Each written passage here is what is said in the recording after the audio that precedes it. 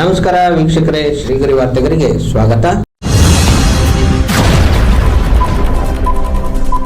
August 23, 2026ರಂದು ಮೈಸೂರಿನ ಕೃಷ್ಣರಾಜ ವಿಧಾನಸಭಾ ಕ್ಷೇತ್ರದ ಶಾಸಕರ ಕಚೇರಿಯಲ್ಲಿ ಶಾಸಕರಾದ ಶ್ರೀ ಟಿ.ಎಸ್. ಶ್ರೀವತ್ಸ ಪತ್ರಿಕಾಗೋಷ್ಠಿಯಲ್ಲಿ ಮೈಸೂರು ನಗರಾಭಿವೃದ್ಧಿ ಪ್ರಾಧಿಕಾರದಲ್ಲಿ ನಿವೇಶನ ಹಂಚಿಕೆಯ ಪ್ರಕರಣದಲ್ಲಿ ನಡೆಯುವ ಅಕ್ರಮಗಳಿಗೆ ಸಂಬಂಧಿಸಿದಂತೆ ಕುರಿತು ಪತ್ರಿಕಾಗೋಷ್ಠಿಯಲ್ಲಿ ಮಾತನಾಡಿದರು.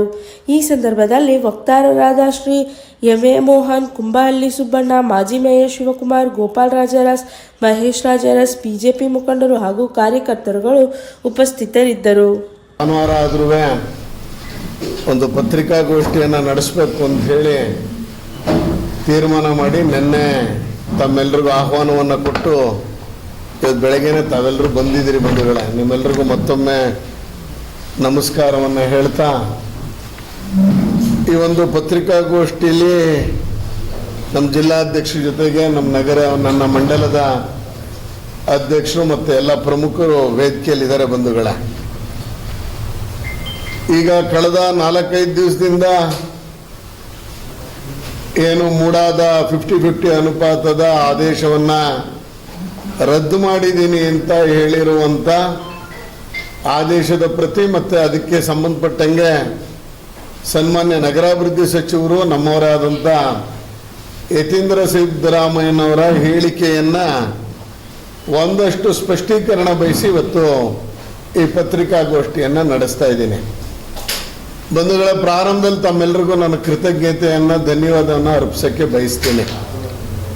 2024ರ ಆವಾಗಿಂದ ಈ ಮೂಡಾದ ಹೋರಾಟವನ್ನು ಕೈಗೆತ್ಕೊಂಡು ಅನೇಕ ದಾಖಲೆಗಳನ್ನು ಬಿಡುಗಡೆ ಮಾಡಿ, ಆ ದಾಖಲೆಗಳಿಗೆ ಅದನ್ನಿಟ್ಕೊಂಡು ಪುರಾವೆಗಳನ್ನ ಇಟ್ಕೊಂಡು ಮಾಡಿದ ಆರೋಪಗಳಿಗೆ ತಾವೆಲ್ಲರೂ ಅವತ್ತು ಧ್ವನಿಗೂಡಿಸಿದ್ರಿ ಮತ್ತು ಇದನ್ನು ಇಡೀ ರಾಜ್ಯದಲ್ಲಿ ಈ ಒಂದು ಹಗರಣವನ್ನು ತಾವೆಲ್ಲರೂ ಬಯಲಿಗೆ ಎಳೆದಿದ್ರಿ. ಬಂಧುಗಳೇ, ಅದೆಲ್ಲದರ ಪರಿಣಾಮ ಇವತ್ತು ಈ ಒಂದು ಆದೇಶ ಹೊರಗೆ ಬಂದಿದೆ ಅಂತ ಹೇಳಿದ್ರು ತಪ್ಪಾಗಲಾರ್ದು. ಯಾವತ್ತು ನಮ್ಮ ಪತ್ರಿಕಾಗೋಷ್ಠಿಯನ್ನು ನಾವು ಬಿಡುಗಡೆ ಮಾಡಿರೋ ದಾಖಲೆಯನ್ನು ಯಾವತ್ತೂ ಅದನ್ನು ಕ್ವಶನ್ ಮಾಡ್ದೇನೆ, ಅನುಮಾನಾಸ್ಪದವಾಗಿ ನೋಡ್ದೇನೆ ಒಬ್ಬ ಶಾಸಕ ಮಾಡಿದ್ದಾನೆ ಅನ್ನೋದನ್ನು ಗಟ್ಟಿ ಧ್ವನಿಯಾಗಿ ನಿಂತು ನನ್ನನ್ನು ಬೆಂಬಲಿಸಿದ ತಮ್ಮೆಲ್ಲರಿಗೂ ಮತ್ತೊಮ್ಮೆ ಹೃದಯಪೂರ್ವಕ ಧನ್ಯವಾದಗಳನ್ನು ಈ ಸಂದರ್ಭದಲ್ಲಿ ಅರ್ಪಿಸೋಕ್ಕೆ ಬಯಸ್ತೀನಿ. ಬಂಧುಗಳೇ, ತಮ್ಮೆಲ್ಲರಿಗೂ ಗೊತ್ತಿದೆ 2024ರಿಂದ ಈ ಹೋರಾಟದ ಒಂದು ಮಜಲು ತಮ್ಮೆಲ್ಲರಿಗೂ ನೆನಪಿದೆ. ಮೊನ್ನೆ ಸನ್ಮಾನ್ಯ ನಮ್ಮ ನಗರಾಭಿವೃದ್ಧಿ ಸಚಿವರು ಒಂದು ಪತ್ರಿಕಾ ಹೇಳಿಕೆಯನ್ನು ಮತ್ತು ಆದೇಶದ ಪ್ರತಿಯನ್ನು ಹೊರಡಿಸಿದ್ದಾರೆ. ಆ ಆದೇಶವನ್ನು ನಾನು ಸ್ವಾಗತ ಮಾಡ್ತೀನಿ. ಮೊನ್ನೆ ಮಾಡಿರುವಂಥ ಆದೇಶವನ್ನು ನಾನು ಸ್ವಾಗತವನ್ನು ಪ್ರಾರಂಭದಲ್ಲೇ ಮಾಡಲಿಕ್ಕೆ ಬಯಸ್ತೀನಿ. ಆದರೆ ಅದರಲ್ಲಿ 1110 ಸೈಟ್ಗಳು, ಸುಮಾರು 2000ದಷ್ಟು 2000 ಕೋಟಿಯಷ್ಟು ಹಣವನ್ನು, ಅದರ ಮೌಲ್ಯವನ್ನು ವಶಪಡಿಸ್ಕೊಳ್ಳೋದಕ್ಕೆ ಮೂಡಾದಲ್ಲಿ ಮಾಡಿದ್ದಾರೆ ಎನ್ನುವಂಥ ಸ್ಟೇಟ್ಮೆಂಟು. ಅದರ ಜೊತೆಗೆ ಮಾರ್ಚ್ 14, 2023ರಿಂದ ಈಚೆಗೆ ಆಗಿರುವಂಥ ಎಲ್ಲ ಪ್ರಕ್ರಿಯೆಯನ್ನು ರದ್ದು ಮಾಡ್ತಾ ಇದ್ದೀನಿ ಎನ್ನುವಂಥದ್ದನ್ನು ಹೇಳಿದ್ದಾರೆ. ನಮ್ಮ ಮೂಲಭೂತ ಪ್ರಶ್ನೆ ಇರುವಂಥದ್ದು, ನೀವು ಆದೇಶವನ್ನು ಹೊರಡಿಸಿದ್ದೀರಿ, ಏನಂತ ಆದೇಶವನ್ನು ಹೊರಡಿಸಿದಿರಿ ಅಂತಂದ್ರೆ 19ನೇ ತಾರೀಕಿನ ತಮ್ಮೆಲ್ಲರಿಗೂ ಈ ಕಾಪಿ ಈಗಾಗಲೇ ಸಿಕ್ಕಿದೆ. ಬಂಧುಗಳ, 19/8/2026 ಆದೇಶದಲ್ಲಿ ಸರ್ಕಾರದ ಪತ್ರ ಸಂಖ್ಯೆ ಅಂತೆಲ್ಲ ಹಾಕಿ 14/3/2023 ನಿರ್ದೇಶನವನ್ನು ಉಲ್ಲಂಘಿಸಿ ಬದಲಿ ನಿವೇಶನಗಳನ್ನು ಹಂಚಿಕೆ ಮಾಡಿರುವ ಎಲ್ಲ ಹಂಚಿಕೆ ಆದೇಶಗಳನ್ನು ರದ್ದುಪಡಿಸುವುದು ಅನ್ನೋದು ಅವರ ಆದೇಶದ ಪ್ರತಿ ಕರ್ನಾಟಕ ಸರ್ಕಾರದ ಇರೋದು. 14/3 ಅಂತ ಹೇಳಿದ್ದಾರೆ.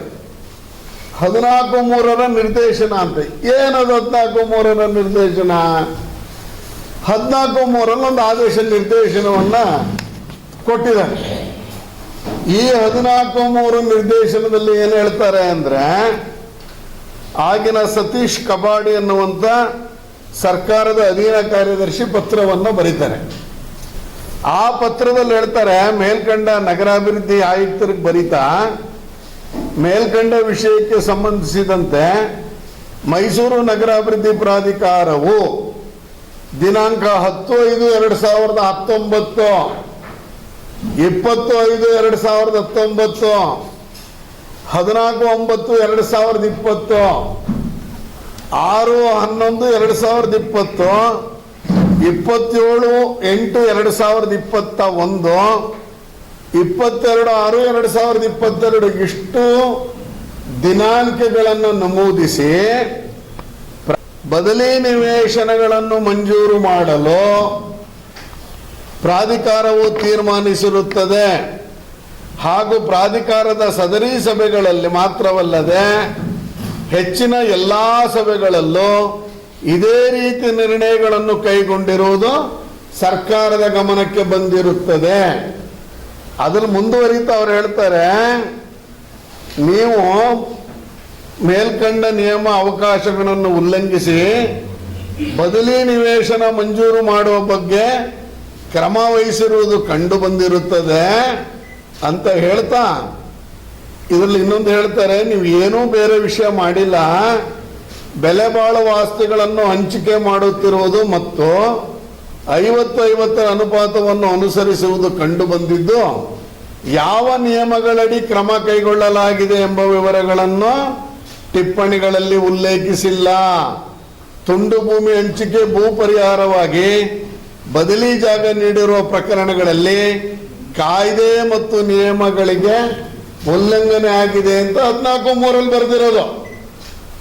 ಆದ್ರೆ ಸನ್ಮಾನ್ಯ ಸಚಿವರು ಏನು ಹೇಳ್ತಿದ್ದಾರೆ, 14/3 ಈಚೆಗೆ ಅಂತ ಹೇಳಿದ್ದಾರೆ. 14/3 ಆಗಿರುವಂತ 1110 ಸೈಟ್ಗಳು ಅಂತ ಹೇಳಿದ್ದಾರೆ. 14/3 ನಿರ್ದೇಶನ ಹೇಳೋದು ಎಲ್ಲಾ ಪ್ರಾಧಿಕಾರದ 2019 ಆಗಿರುವಂತ ಎಲ್ಲಾ ನಿರ್ಣಯವನ್ನು ರದ್ದು ಮಾಡಬೇಕು ಅಂತ ಹೇಳಿದ್ದಾರೆ. ಇದು 14/3/2023 ಕೊಟ್ಟಿರುವಂತ ನಿರ್ದೇಶನ. ಅಂದ್ರೆ ಈಗ ನೀವು ಚಾಲನೆ ಮಾಡಬೇಕಾಗಿರೋದು ಯಾವುದು ಅಂದ್ರೆ 1110 ಸೈಟ್ ಅಲ್ಲ. ನಾವು ಅವತ್ತಿಂದ ಹೇಳ್ತಾ ಇದೀವಿ, 4,500 ಸೈಟ್ಗಳು ಮಾರಾಟ ಆಗೋಗಿದೆ, ವಿಲೇವಾರಿ ಆಗಿದೆ, ಬದಲಿ ನಿವೇಶನ ಆಗಿದೆ, 50-50 ಅನುಪಾತದಲ್ಲಿ ಕೊಟ್ಟಿದ್ದೀರಿ.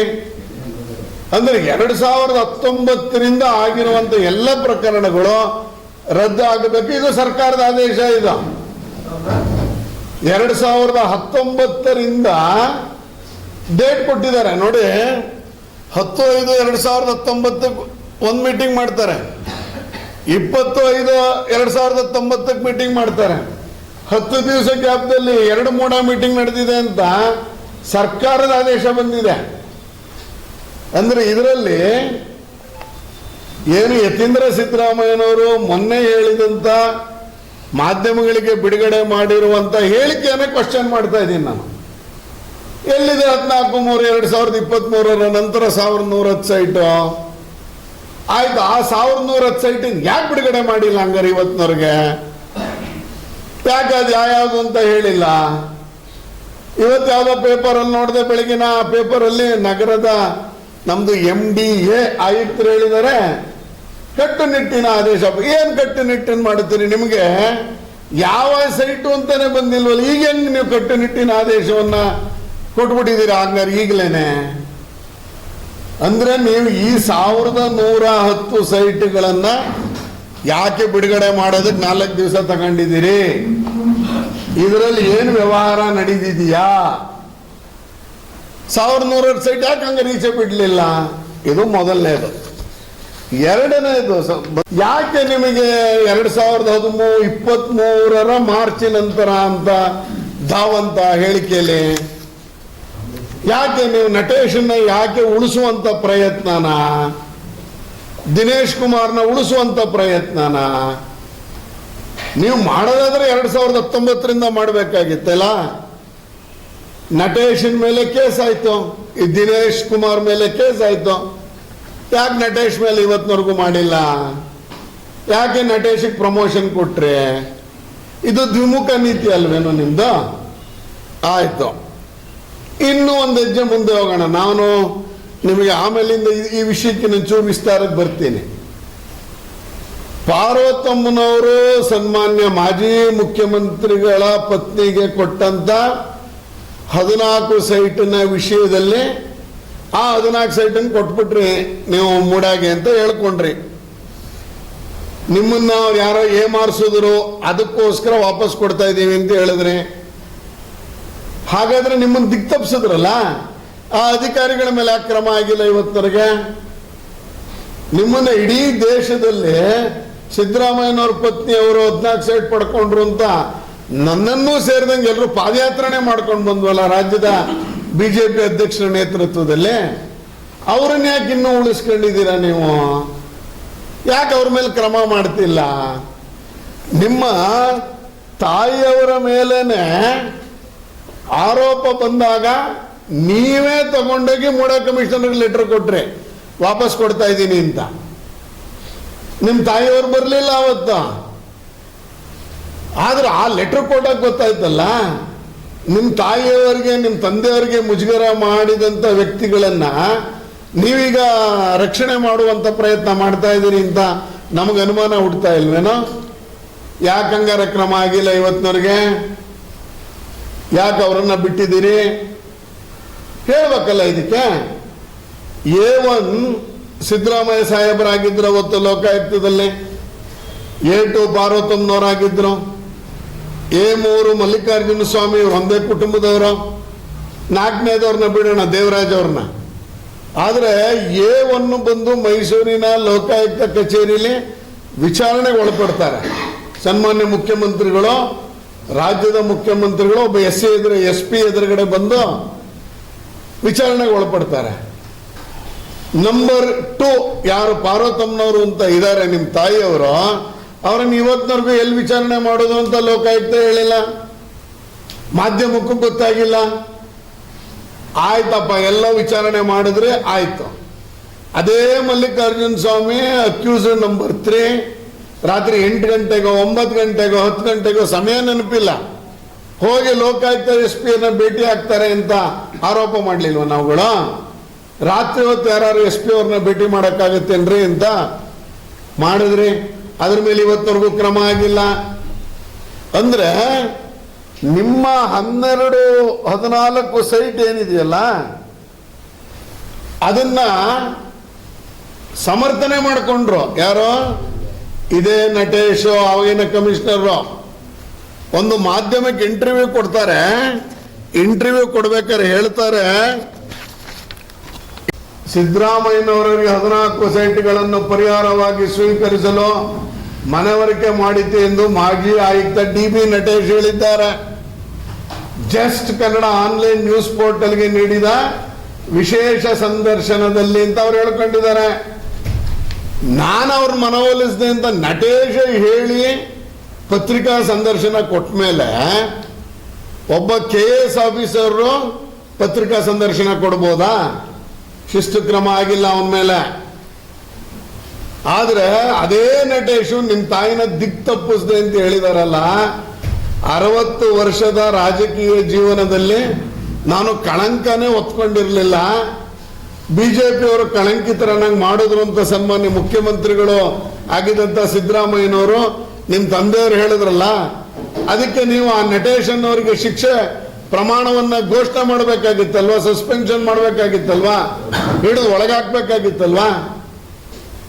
ಪತ್ರಿಕಾ ಸಂದರ್ಶನವನ್ನ ಕೊಡುವಷ್ಟರ ಮಟ್ಟಿಗೆ ಮತ್ತೆ ನಿಮ್ಮ ತಾಯಿಯರ ಮನವೊಲಿಸಿದೆ ಅಂತ ಹೇಳಿದ್ದಾರೆ ನಟೇಶ ಪತ್ರಿಕಾ ಸಂದರ್ಶನದಲ್ಲೇ. ಆಯ್ತು, ಅದನ್ನು ಬಿಡೋಣ. ಈ ರೀತಿಯಲ್ಲಿ ಆಯ್ತಪ್ಪ. ಆಮೇಲೆ ಇನ್ನು ಇಡೀ ಹಗರಣದ ಮೈಸೂರು ಮೂಡಾದ ಹಗರಣದ ವ್ಯಾಪ್ತಿಗೆ ಲೆಕ್ಕ ಹಾಕಿದ್ರೆ ಬಂಧುಗಳೇ, ನಾನು ಇವತ್ತಿನವರೆಗೂ ಸರ್ಕಾರದ ಮೇಲೆ ಒತ್ತಡ ಮಾಡಿರುವ 21 ಲೆಟರ್ ಕರೆಸ್ಪಾಂಡೆನ್ಸ್ ಆಗಿರುವಂಥದ್ದು. 21 ಲೆಟರ್ ಕರೆಸ್ಪಾಂಡೆನ್ಸ್ 21 ಲೆಟರ್ ಕರೆಸ್ಪಾಂಡೆನ್ಸ್ ಆದ ನಂತರ ಮೊನ್ನೆ ಆದೇಶವನ್ನ ರದ್ದತಿಯನ್ನ ಮಾಡಿದ್ದಾರೆ. ಇನ್ನೊಂದು ನಿಮಗೆ ರಹಸ್ಯ ಹೇಳ್ತೀನಿ ನೋಡಿ. ನಾನು ಸನ್ಮಾನ್ಯ ನಗರಾಭಿವೃದ್ಧಿ ಸಚಿವರ ಹತ್ರ ವಿಧಾನಸಭೆಯಲ್ಲಿ ಪ್ರಶ್ನೆಯನ್ನ ಕೇಳಿದ್ದೆ. ಮೂಡಾಗೆ ಸಂಬಂಧಪಟ್ಟಂಗೆ 18/8/26 ನನಗೆ ಉತ್ತರವನ್ನ ಕೊಟ್ಟಿದ್ದಾರೆ. ಅದರಲ್ಲಿ ಅವ್ರು ಏನ್ ಹೇಳ್ತಾರೆ ಅಂದ್ರೆ, ಉತ್ತರ ಬರೀತಾ ಉನ್ನತ ಮಟ್ಟದ ತಾಂತ್ರಿಕ ಸಮಿತಿಯು ಮಾನ್ಯ ಏಕಸದಸ್ಯ ವಿಚಾರಣಾ ಆಯೋಗದ ವರದಿಯನ್ನು ಸಮಗ್ರವಾಗಿ ಪರಿಶೀಲಿಸಿ ಸರ್ಕಾರಕ್ಕೆ ವರದಿ ಸಲ್ಲಿಸಿದ ನಂತರ ಮೈಸೂರು ಅಭಿವೃದ್ಧಿ ಪ್ರಾಧಿಕಾರದಲ್ಲಿ ನಡೆದಿರುವ ಅಕ್ರಮಗಳ ಪ್ರಕರಣಗಳ ಕುರಿತು ಮತ್ತು ಅಕ್ರಮಗಳಲ್ಲಿ ಭಾಗಿಯಾದ ಅಧಿಕಾರಿ ಸಿಬ್ಬಂದಿಗಳ ವಿರುದ್ಧ ನಿಯಮಾನುಸಾರ ಪರಿಶೀಲಿಸಿ ಕ್ರಮ ವಹಿಸಿಕೊಳ್ಳುತ್ತೀನಿ ಅಂತೇಳಿ 18ನೇ ತಾರೀಕು ಉತ್ತರ ಕೊಟ್ಟಿರೋದು ಬಂಧುಗಳೇ, 18ನೇ ತಾರೀಕು. ಆದ್ರೆ 19ನೇ ತಾರೀಕು ಆದೇಶ ಮಾಡ್ತಾರೆ. ಇದರಲ್ಲಿ ಹೇಳ್ತಾರೆ ಅವ್ರದ್ದು ಪರಿಶೀಲಿಸಿ ವರದಿ ಬಂದ ನಂತರ ಅಂತ ನನಗೆ ಉತ್ತರ ಹೇಳ್ತಾರೆ 18ನೇ ತಾರೀಕು. 19ನೇ ತಾರೀಕು ತಾಂತ್ರಿಕ ವರದಿಯ ಶಿಫಾರಸೆ ಆಗೋಯ್ತು ಅಂತ ಬರೀತಾರೆ. ವಿಧಾನಸಭೆಯಲ್ಲಿ ಕೊಟ್ಟಿರುವ ಉತ್ತರ ಇದು. ವಿಧಾನಸಭೆಯಲ್ಲಿ ನೀವು ಹೆಂಗ್ ಬೇಕಂಗ್ ಉತ್ತರ ಕೊಡಕ್ಕಾಗಲ್ಲ. ನಾವು ನಾಗೇಂದ್ರ ಅವರ ವಿಷಯದಲ್ಲಿ, ಮಂತ್ರಿಗಳ ವಿಷಯದಲ್ಲಿ ಧರಣಿ ಕೂತಿದ್ವಿ. ಆ ಧರಣಿ ಸಂದರ್ಭದಲ್ಲಿ ಚರ್ಚೆಗೆ ಅವಕಾಶ ಆಗಲಿಲ್ಲ, ಮಾಡಲಿಲ್ಲ. 18ನೇ ತಾರೀಕು ತಾಂತ್ರಿಕ ವರದಿ ಸಮಿತಿ ವರದಿ ಸಲ್ಲಿಸಿದ ನಂತರ ಮಾಡ್ತೀನಿ ಅಂತ ಹೇಳ್ಬಿಟ್ಟು 19ಕ್ಕೆ ಹೆಂಗೆ ವರದಿ ಕೊಟ್ಟು ರಾತ್ರೋರಾತ್ರಿ ನೋಡ್ಬಿಟ್ಟು ರಾತ್ರೋರಾತ್ರಿ ಆದೇಶ ಮಾಡ್ಬಿಟ್ರ. ಈ ಆದೇಶದಲ್ಲಿ ಒಂದ್ ಕಡೆ ತೋರಿಸ್ತಾರೆ 5/2025 5ನೇ ತಿಂಗಳಲ್ಲಿ, ಅಂದ್ರೆ ಮೇ ತಿಂಗಳಲ್ಲಿ ತಾಂತ್ರಿಕ ವರದಿಯ ಸಮಿತಿ ಅವರಿಗೆ ವರದಿ ಕೊಟ್ಟಿದೆ ಅಂತ ಹೇಳಿ. ಅದರಲ್ಲಿ ಇನ್ನೂ ಒಂದು ಡೇಟ್ ಹಾಕ್ತಾರೆ 17/8. ಆಯ್ತಪ್ಪ, 17/8ಕ್ಕೆ ಕೊಟ್ಟ ಮೇಲೆ ಇವರು 18/8ಕ್ಕೆ ನನಗೆ ಉತ್ತರ ಹಿಂಗ್ ಕೊಡ್ತಾರೆ, 19/8ಕ್ಕೆ ಹಿಂಗ್ ಉತ್ತರ ಸರ್ಕಾರದ ಆದೇಶವನ್ನ ಮಾಡ್ತಾರೆ. ಎಲ್ಲಿಗೆ ಅಂತ ಒಟ್ಟು ನಾವು ಹೇಳ್ತಿರೋದು 4,350 ಸೈಟ್ಗಳ ಬಗ್ಗೆ ಹೇಳ್ತಾ ಇದ್ವಿ. 14 ಸೈಟು ವಾಪಸ್ ಕೊಟ್ಟಿದ್ದೀರಿ. ಒಮ್ಮೆ ವಾಪಸ್ ಕೊಟ್ಟ ಮೇಲೆ ಅವತ್ತು ನಾವು ಹೇಳಿದ್ದೀವಿ ಕಳ್ಳಾನೇ ತಗೊಂಡ್ಮೇಲೆ ವಾಪಸ್ ಕೊಟ್ಬಿಟ್ರೆ ನಾವು ಸಚ್ಚಾರಿತರಾಗಕ್ಕೆ ಸಾಧ್ಯ ಇಲ್ಲ. ಆಯ್ತು, ಅವತ್ತೇನೋ ಮಾಡಿದಿರಿ, 14 ಸೈಟ್ ಕೊಟ್ಟಿದ್ರಿಂದ ನಿಮ್ಮ ವಿರುದ್ಧ ಏನೋ ಬಿ ರಿಪೋರ್ಟೋ ಮತ್ತೊಂದೋ ಮಗದೊಂದೋ ಅದು ಹೈಕೋರ್ಟಲ್ಲಿ ಇದೆ, ಚಾಲೆಂಜ್ ಆಗಿದೆ. ನಾನು ಅದ್ರ ಬಗ್ಗೆ ಮಾತಾಡಕ್ ಹೋಗಲ್ಲ. ಅಂದ್ರೆ ಎಷ್ಟು ನಿಮ್ಮ ಮನೆಯ ಕುಟುಂಬ, ರಾಜ್ಯಕ್ಕೆ, ಕರ್ನಾಟಕದ ಜನತೆಯ ಮರ್ಯಾದೆ ತೆಗೆದಂತ ಅಧಿಕಾರಿಗಳ ವಿರುದ್ಧ ಇವತ್ತವರೆಗೂ ಕ್ರಮ ಆಗಿಲ್ವಲ್ಲ, ಯಾಕೆ ಮಾಡಿಲ್ಲ? ಇದೇ ನಮ್ಮ ಯಕ್ಷ ಪ್ರಶ್ನೆ.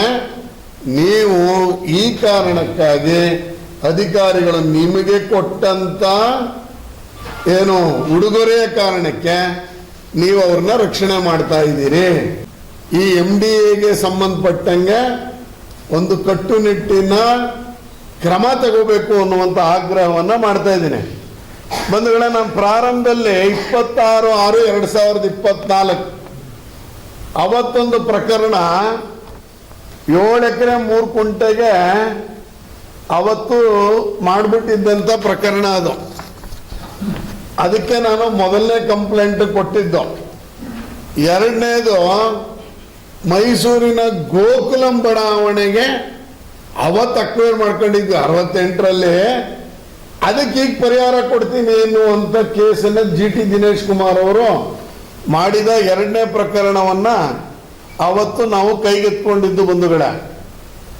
4 ಅಂದ್ರೆ ಸತತವಾಗಿ ಮಾಡಿರುವಂತ 22-23 ಪತ್ರಗಳ ಅದರಲ್ಲಿ ರಾಜ್ಯಪಾಲರಿಗೆ ಕೊಟ್ಟಿದ್ದೀನಿ. ನಿಮಗೆ ಡೇಟ್ ವೈಸ್ ನಾನು PDF ಕಳಿಸ್ತೀನಿ.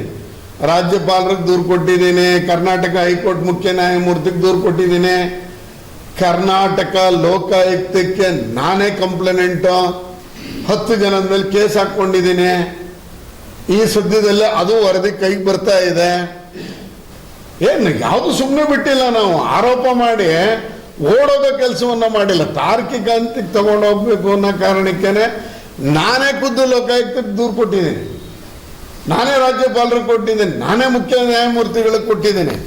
ಡೇಟ್ ವೈಸ್ ನಿಮಗೆ ಕೊಡ್ತೀನಿ ಬಂಧುಗಳೇ. ನಾನು ಆಮೇಲೆ ಅಬ್ದುಲ್ ವಾಹಿದ್ ಅನ್ನೋನಿಗೆ ಎಲ್ಲನೂ ಕೊಟ್ಟಿದ್ದೀವಿ. ನಾಗಪ್ರಸನ್ನ ಅವ್ರ ತೀರ್ಪು ಬಂದಂಥದ್ದು. ಅದಾದ ಮೇಲೆ 18/9/2024 ಲೋಕಾಯುಕ್ತಗೆ 2 ಕಂಪ್ಲೇಂಟ್ ಏನು ರಿಜಿಸ್ಟರ್ ಮಾಡಿದ್ದೆ, ಅದರಲ್ಲಿ ಮೈಸೂರಿನ ಜ್ಞಾನಗಂಗಾ ಗೃಹ ನಿರ್ಮಾಣ ಸಹಕಾರ ಸಂಘ ಅಂತ ಏನಿದೆ ಅದು ಅಕ್ರಮವಾಗಿ ಮಾಡಿದೆ ಅಂತೇಳಿ ಆಗಿನ ಕಮಿಷನರ್ ಕೊಟ್ಟಿದ್ದಾರೆ. ನಾನು ಹೇಳ್ತಿರೋದಲ್ಲ. ಆಗ ನಟೇಶನ್ ಕಮಿಷನರ್ ಆಗಿದ್ರು, ಅವರೇ ಸರ್ಕಾರಕ್ಕೆ ಬರೆದು ಅದರ ವಿರುದ್ಧ ಏನು ಇದು, ಒಂದು ನಿಮಿಷ ಹಿಡಿದು, ಅದರ ವಿರುದ್ಧ ನಟೇಶ್ ಅವರು ಬರೆದಿರುವ ಪತ್ರವನ್ನು ಇಟ್ಕೊಂಡು ನಾನು ಸರ್ಕಾರದ ಲೋಕಾಯುಕ್ತಕ್ಕೆ ಕಂಪ್ಲೇಂಟನ್ನು ಕೊಟ್ಟಿದ್ದೆ. ಇದೆಷ್ಟೇ ಇದು ಕಾಲಮ್ ಇದು ನೋಡು, ಜ್ಞಾನಗಂಗಾ, ಅದು 13. ಮತ್ತೆ ಮುಂದಿನ ವಾರ್ತೆಗರಿಯಲ್ಲಿ ಭೇಟಿಯಾಗೋಣ. ಶ್ರೀಗರಿ, ನಿಮ್ಮ ಮನದಾಳದ ಗರಿ.